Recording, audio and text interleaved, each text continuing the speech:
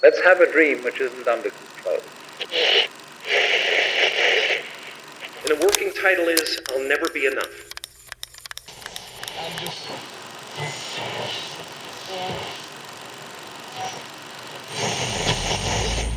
So in this idea then, everybody is fundamentally the ultimate reality. Not God in a politically kingly sense, but God in the sense of being the self, the deep down basic whatever there is. And you're all that. Only you're pretending you're not. We're not the avatars we create. We're not the pictures on the film stock. We are the light that shines through. All else is just smoke and mirrors, distracting, but not truly compelling. I've often said that I wished people could realize all their dreams and wealth and fame, and so that they could see that it's not where you're going to find your sense of completion. Like many of you, I was concerned about going out into the world and doing something bigger than myself, until someone smarter than myself made me realize that there is nothing bigger than myself. My soul is not contained within the limits of my body. My body is contained within the limitlessness of my soul. One unified field. One unified field of nothing, dancing for no particular reason, except maybe to comfort and entertain itself.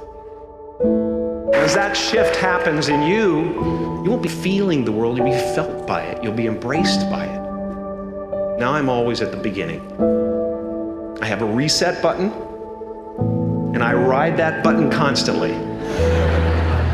Once that button is functioning in your life, there's no story that the mind could create that will be as compelling. The imagination is always manufacturing scenarios, both good and bad, and the ego tries to keep you trapped in the multiplex of the mind. Our eyes are not viewers, they are also projectors that are running a second story over the picture that we see in front of us all the time. Fear is writing that script, and the working title is I'll Never Be Enough. Now you're gonna look at a person like me and say, how could we ever hope to reach those kind of heights, Jim? How can we make a painting that's too big for our home? How do you fly so high without a special breathing apparatus? This is the voice of the ego. And if you listen to it, there will always be someone who's doing better than you. No matter what you gain, ego will not let you rest. It will tell you that you cannot stop until you've left an indelible mark on the earth, until you've achieved immortality. How tricky is this ego that it would tempt us with the promise of something we already possess? I just want you to relax. You know, that's my job. Relax and dream up a good life. And you would naturally, as you began on this adventure of dreams, you would fulfill all your wishes. You would have every kind of pleasure you could conceive.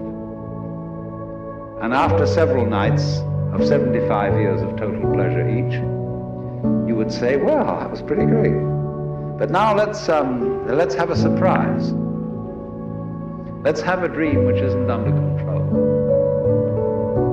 Well, something is going to happen to me that I don't know what it's going to be. And you would dig that and come out of that and say, wow, that was a close shave, wasn't it? And then you would get more and more adventurous, and you would make further and further out gambles as to what you would dream. And finally, you would dream where you are now. You would dream the dream of living the life that you are actually living today. That would be within the infinite multiplicity of choices you would have, of playing that you weren't God.